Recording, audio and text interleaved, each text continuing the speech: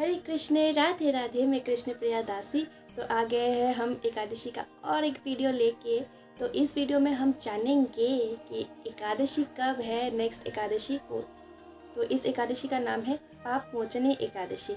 तो ये इसके नाम में ही है पाप मोचनी, अर्थात जो पाप का मोचन करता है, पाप का नाश करता है। तो ये एकादशी व्रत हमें ज़रूर से पालन करना है।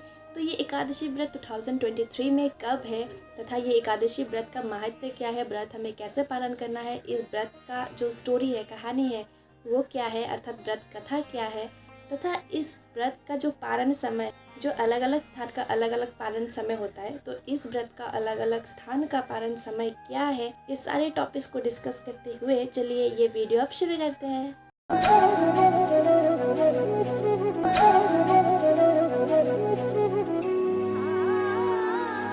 महाराज युधिष्ठिर श्री कृष्ण से पूछते हैं कि हे जनार्दन, चैत्र मास के कृष्ण पक्ष में जो एकादशी आती है, इस एकादशी का नाम क्या है तथा इस एकादशी का व्रत कथा और इस एकादशी को करने से क्या क्या फल प्राप्ति होती है, इस एकादशी का महत्व क्या है, ये सब कुछ आप वर्णन करिए। तो श्री कृष्ण उत्तर देते हैं कि इस एकादशी का जो व्रत कथा है, ये राज चक्रवर्ती राजा जो मानधाता राजा है, उन्होंने लोमश मुनि को पूछा था और लोमश मुनि ने इस एकादशी का जो व्रत कथा है राजा मानधाता को सुनाया था। तो ये कुछ इस प्रकार की है। पुरान काल में चैत्ररथ नाम का एक उद्यान था, मतलब एक गार्डन कह सकते हो आप, वैसा एक उद्यान था जिसमें बहुत सारे मुनि ऋषि वहाँ पे तपस्या करते थे और गंधर्व अप्सरागण भी वहाँ पे क्रीड़ा करती थी और देवराज इंद्र भी वहाँ पे क्रीड़ा करने आते थे। मतलब बहुत ही सुंदर था वो चैत्ररथ नाम का जो उद्यान। तो वहाँ पर सबसे विख्यात एक अप्सरा थी जिसका नाम था मंजू घोषा और उनका नज़र पड़ गया एक ऋषि के ऊपर जिनका नाम था मेधावी। तो मंजू घोषा जो अप्सरा थी वो मेधावी ऋषि को आकर्षित करना चाह रही थी, उनको वशीभूत करना चाह रही थी, लेकिन वो डरती भी थी कि उनको ऋषि से अभिशाप मिल जाएगा। तो वो ऋषि के आश्रम के बाहर ही रहती थी। तो एक बार कामदेव का नज़र मंजू घोषा के ऊपर पड़ गया, क्योंकि मंजू घोषा बहुत ही सुंदर थी और कामदेव का नज़र जब मंजू घोषा के ऊपर पड़ गया तब मंजू घोषा कामदेव की सेना के रूप में परिवर्तित हो गई, अर्थात उनके मन में भी काम वासना आ गया था। और फिर मंजू घोषा मेधावी ऋषि को देखकर उनके मन में काम वासना जाग गया और वो उस दिन डरी नहीं कि मुझे अभिशाप मिल जाएगा।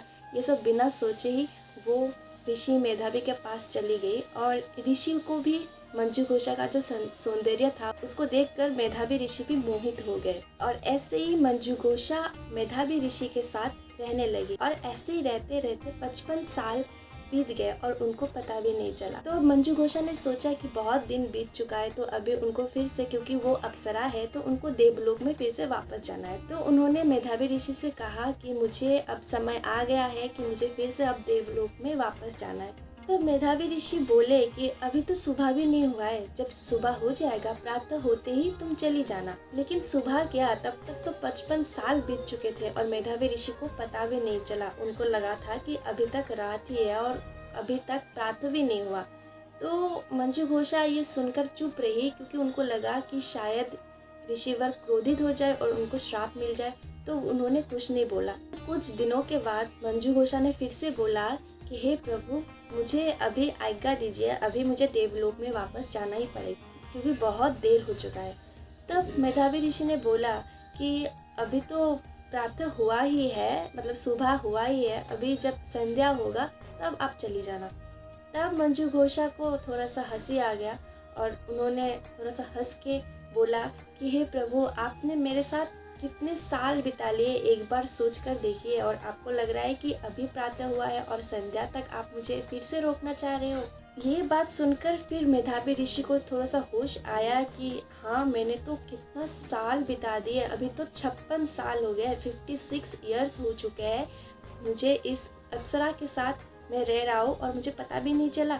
तो उनको बहुत ज़्यादा क्रोध आ गया और उन्होंने क्रोध में आकर मंजू घोषा को बोला कि हे पापिष्ठी, हे पापी, तूने मेरा तपस्या भंग कर दिया, तूने मेरे तपस्या में बाधा डाल दिया, इतने सालों के लिए मेरा तपस्या भंग हो गया, तो मैं तुझे अभी श्राप देता हूँ, तू अभी पिशाच बन जा।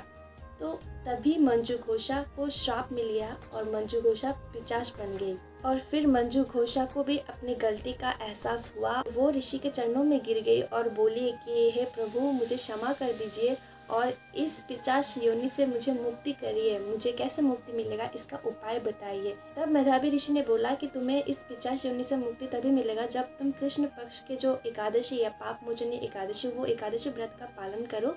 तुम्हें पिशाच योनि से मुक्ति मिल जाएगा, तुम फिर से अपने मंजू घोषा रूप में वापस आ जाओगी। तो ये बोलकर ऋषि चले गए अपने पिता के पास और फिर जाकर वो अपने पिता के चरणों में गिर गए और उन्होंने बोला कि मैंने इतने सालों तक उस अप्सरा के संग में मैं रहा, तो मुझे भी बहुत सारा पाप लगा है। तो हे पिताश्री, आप बोलिए मुझे इन पापों से मुक्ति कैसे मिलेगा। तब मेधावी ऋषि के पिताश्री ने उनको बोला कि तुम कृष्ण पक्ष की जो एकादशी या पाप मोचनी एकादशी व्रत का पालन करो, तब तुमको इस पाप से मुक्ति मिल जाएगा। उसके बाद इधर मंजू घोषा और इधर मेधावी ऋषि दोनों ने ही इस कृष्ण पक्ष की जो पाप मोचनी एकादशी है, इस एकादशी का पालन किया और मंजू घोषा को अपनी पुरानी जो मंजू घोषा अप्सरा की रूप थी वो मिल गया, जो पिशाच योनि से उसको मुक्ति मिल गया और वो देवलोक में वापस चली गई। और यह मेधावी ऋषि का जो भी पाप था मंजू घोषा के संग में रहने के लिए, वो सारे पाप भी उनका मिट गया। यहाँ श्री कृष्ण महाराज युधिष्ठिर से कहते हैं कि हे महाराज, ये जो एकादशी है पाप मोचनी एकादशी, इस एकादशी व्रत पालन करने से चाहे कितना बड़ा ही पाप हो, पूर्व जन्म के संचित पाप भी, मतलब हमने जन्मों जन्मों से कितना पाप किए होंगे जाने अनजाने में, वो सारे पाप का भी नाश हो जाता है ये पाप मोचनी एकादशी का पालन करने से। और इस पाप मोचनी एकादशी का जो व्रत कथा है, ये पढ़ने से या फिर सुनने से सहस्त्र गोदान करने का फल की प्राप्ति होती है। अर्थात हजार हजार गोदान करने से जो फल मिलता है, उस फल की प्राप्ति इस एकादशी का जो व्रत है वो व्रत कथा सुनने से या पढ़ने से मिल जाता है। तो हमने ये व्रत कथा पढ़ी है और आपको सुनाई है, तो यहाँ हमको और आपको भी सहस्त्र गोदानों का फल की प्राप्ति हुई। जिनका ब्रह्म हत्या का पाप है, वो पाप, जिनका स्वर्ण हरण करने का मतलब जो सोना चुराने का पाप होता है वो पाप, और मद्यपान अर्थात शराब पीने से भी जो पाप होता है वो पाप भी इस एकादशी का पालन करने से मिट जाता है। तो ये पाप मोचनी एकादशी बहुत ही एक बोनस है जो हमारे सारे पापों को ऐसे मिटा देती है। तो ये पाप मोचनी एकादशी हमें ज़रूर से पालन करनी है। तो ये था पाप मोचनी एकादशी का व्रत कथा। तो अब चलिए जानते हैं कि ये एकादशी हम कैसे पालन करें।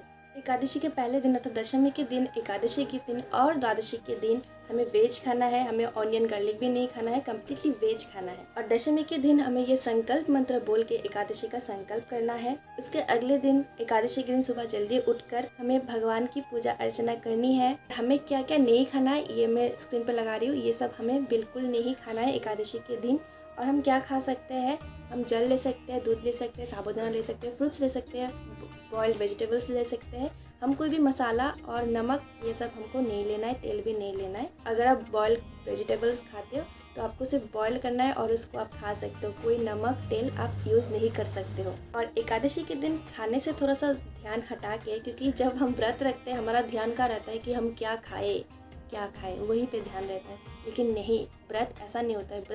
व्रत में हम खाना कम क्यों खाते हैं या फिर खाना नहीं क्यों खाते हैं, ताकि हमारा जो ध्यान है, जो मन है, वो भगवान के चरणों में लगा रहे। वही होता है असली व्रत। सिर्फ खाना नहीं खाने से ही व्रत नहीं होता है। तो एकादशी के दिन हमें ज़्यादा से ज़्यादा हरि नाम करना है, हमें ज़्यादा से ज़्यादा चैंटिंग करना है, कीर्तन करना है, भजन करना है, भगवान की जो कथाएं हैं वो सुननी है, हरि कथाएं सुननी है, भागवत पाठ करना है, गीता पाठ करना है। भगवान के साथ ही हमें ज़्यादा से ज़्यादा कनेक्टेड रहना है एकादशी के दिन, तभी हमारी जो व्रत है वो सफल होगा। तो एकादशी के अगले दिन, द्वादशी के दिन भी हमें सुबह जल्दी उठना है और भगवान को भोग अर्पण करके फिर ये है पारण मंत्र, ये पारण मंत्र बोल के हमें प्रसादम ग्रहण करना है, अर्थात व्रत तोड़ना है।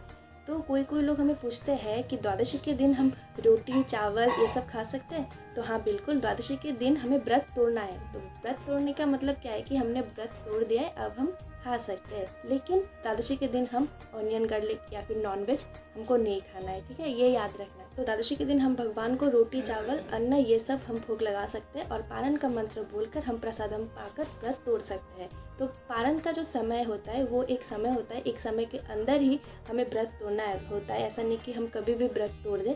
तो अलग अलग स्थान का अलग अलग पारण का समय है। तो चलिए देखते हैं समय क्या क्या है।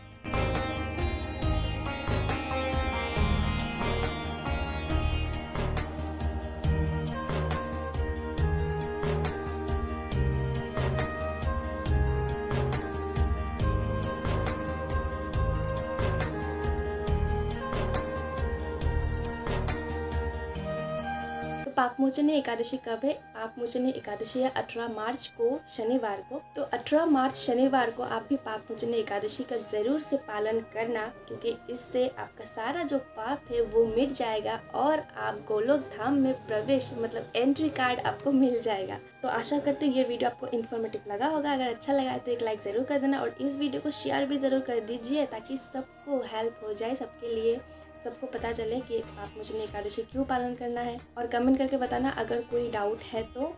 और इस दासी के चैनल को सब्सक्राइब ज़रूर से कर दीजिए। तो मिलते हैं नेक्स्ट वीडियो में। हरे कृष्ण, राधे राधे, और चैंटिंग ज़रूर से करना।